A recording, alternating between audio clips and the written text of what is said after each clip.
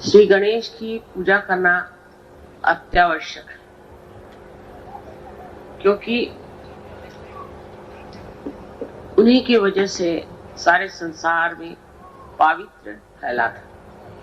आज संसार में जो जो उपद्रव हम देखते हैं उसका कारण यही है कि हमने अभी तक अपने महात्म्य को नहीं पहचाना और हम लोग ये नहीं जानते कि हम इस संसार में किस लिए आए हैं और हम किस कार्य में पड़े हुए हैं, हमें क्या करना चाहिए। इस चीज को समझने के लिए ही सहजयोग आज संसार में आया हुआ है।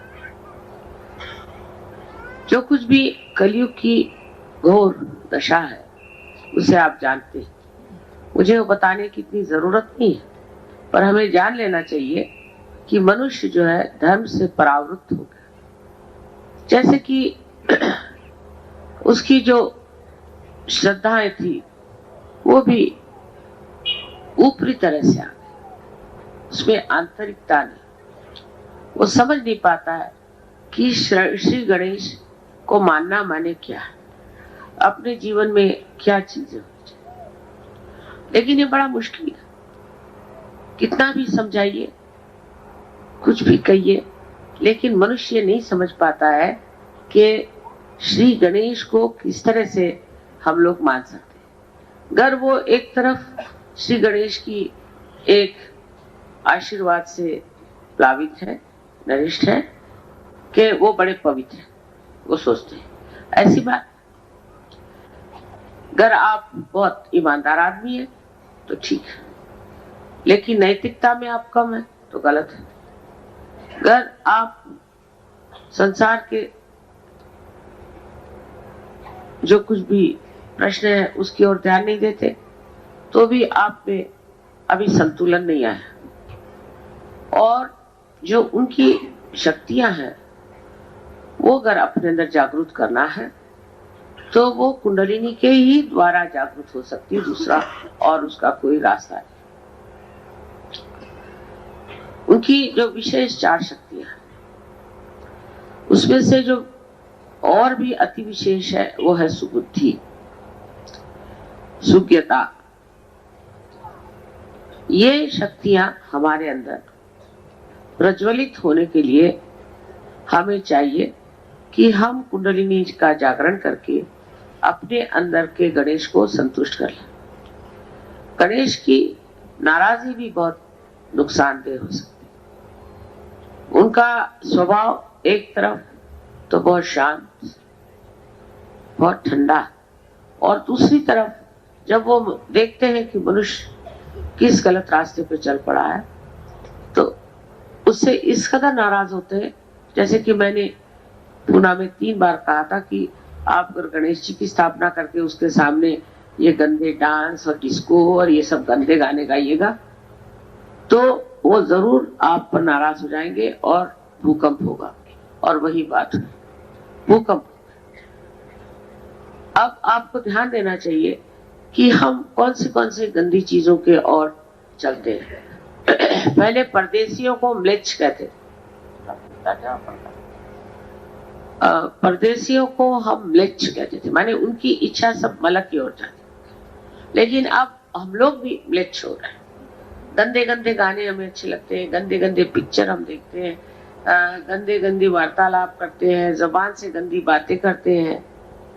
ये सब गणेश जी को बिल्कुल पसंद है। हमारी भाषा शुद्ध होनी चाहिए, हमारे विचार शुद्ध होने चाहिए और हमारे शौक भी शुद्ध होने चाहिए। ये अब धीरे धीरे अपने यहाँ आने लग गया है। उसको आप कोई चालू करा, क्या करा, इस तरह की जब हम अपने अंदर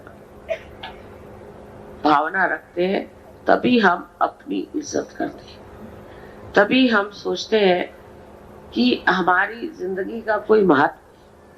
हम कोई रास्ते पे पड़े हुए लोग नहीं, हम भारतीय हैं और भारत के लिए अनेक वर्षों की तपस्या है, अनेक वर्ष के पुण्यों के बाद ही आप भारतवर्ष में जन्मे थे। आपका जीवन ऐसी उछली चीजों के लिए नहीं, ये समझने की कोशिश करनी चाहिए।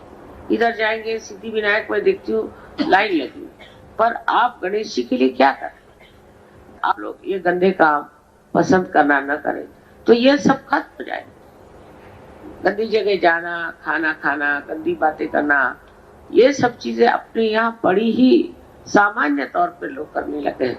मैं अभी देखती हूँ रास्ते पर लोग खड़े खड़े खा रहे हैं, कहीं कहीं जा रहे हैं, गंदी बातें कर रहे हैं, औरतों पे रिमार्क्स कर रहे हैं, गंदी निगाह से देख रहे हैं। ईसा ने तो ऐसा कहा था कि अगर आप एक आंख से 2 बार किसी औरत की तरफ देखें तो अपनी आंख निकाल के, अगर आपने एक हाथ से कोई गंदा काम किया तो हाथ काट के फेंको। मैंने ऐसा कोई ईसाई देखा नहीं अभी तक जिसका आंख निकला हो या हाथ कटा, और वो अपने को ईसाई कहते हैं नाम पर, असली में तो नहीं।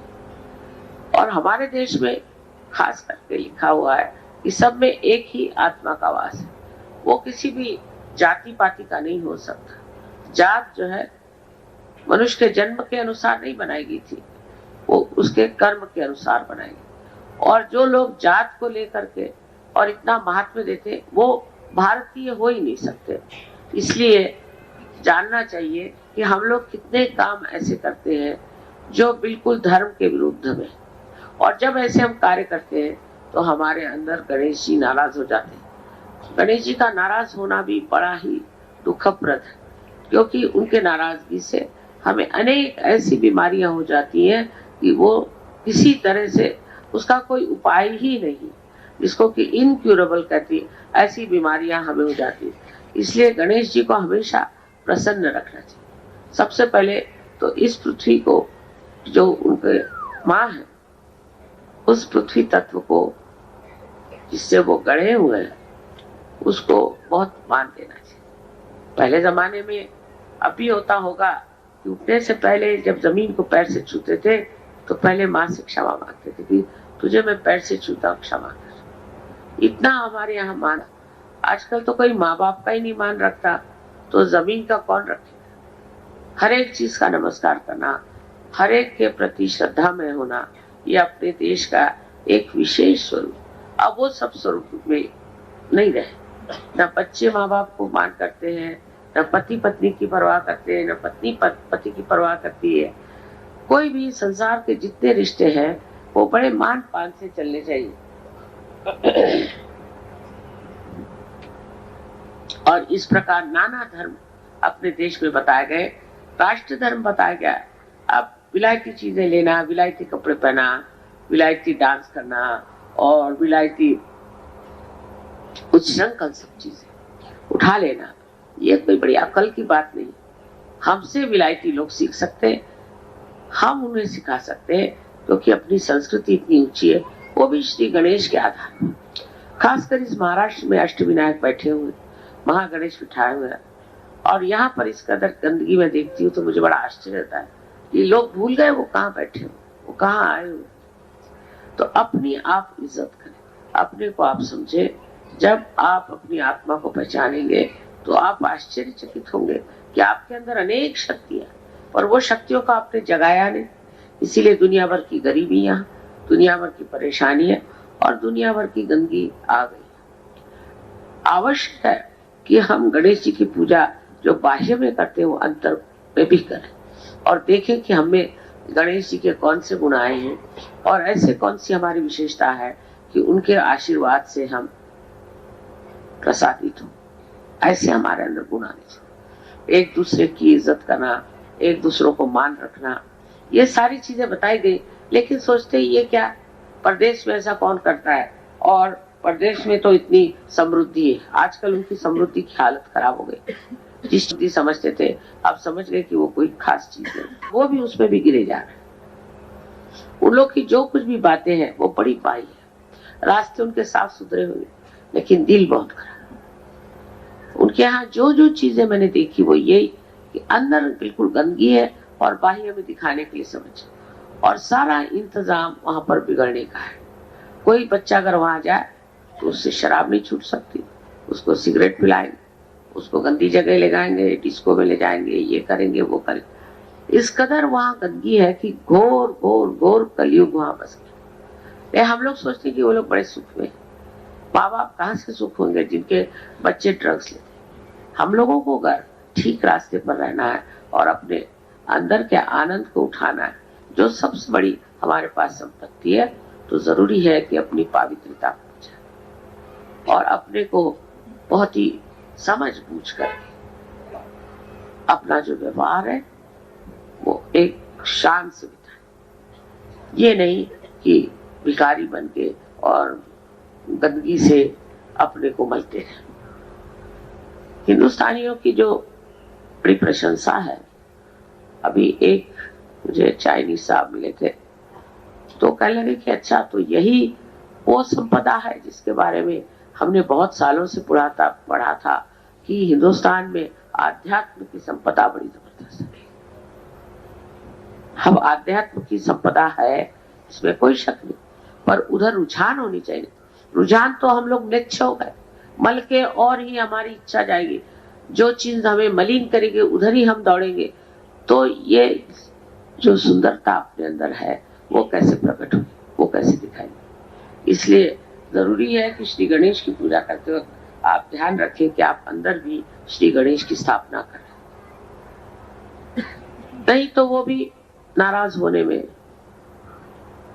बड़े कठिन है, उनको समझाना बहुत मुश्किल है। वो किसी चीज को भी पवित्रता से ऊंचा नहीं मानते, उनके सामने कोई बहस नहीं चलती, उनको कोई चीज से समझाया नहीं जाता। उन्होंने जो पवित्रता के बंधन बनाए हुए, उसमें रहने से हमें भी सुख मिलता है और वो भी प्रसन्न रहते हैं। Today I am talking about Sri Ganesha. Now we'll be parting, we'll be going back to your own country, and I must congratulate you the way you have come up to the expectations of Sri Ganesh. I am very happy with you people. I wish Indians would learn a lesson from you, that you are the people who don't have this tradition. You don't have Sri Ganesha established there. Still, somehow you have come up to such a level that I feel very proud of you. And all of them should learn a lesson from you. They are going to the Western life, Western style, Western expression of the filth. But you people have accepted it and are changed so much that they have to learn a lesson. That's what I'm telling them. It's a very good lesson for them. First, you used to come and learn here what was Sahaja Yoga and what was respect, what was respecting yourself. But I'm very happy to see this time you all have been an ideal example of Sahaja Yoga. You tolerated all kinds of inconveniences, and you saw to comfort of your spirit, not of your body. The way you have been behaving, I'm over satisfied. I hope you'll really grow into your spiritual dimensions and try to bring forth this dimension in other people of your nationality. Very important. You see all the bad points of these people and you see where they are going. You're worried about it. You're thinking about it. But we have to do something about it so that they take to a very dharmic, real righteous life, not talking and giving big sermons. I am sure you can do that and you have done it. There are certain points about Sahaja Yoga that you have to understand the precise way of curing yourself and curing others. I'm hoping to write a book on that. I hope so. If it is finished, that will be useful for you to help yourself and help others physically, mentally, emotionally, and spiritually.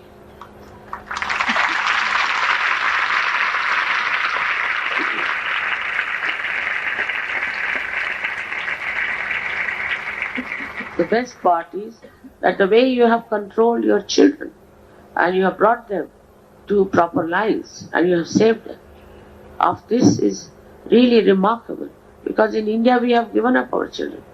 We have become extremely docile because they have become very arrogant.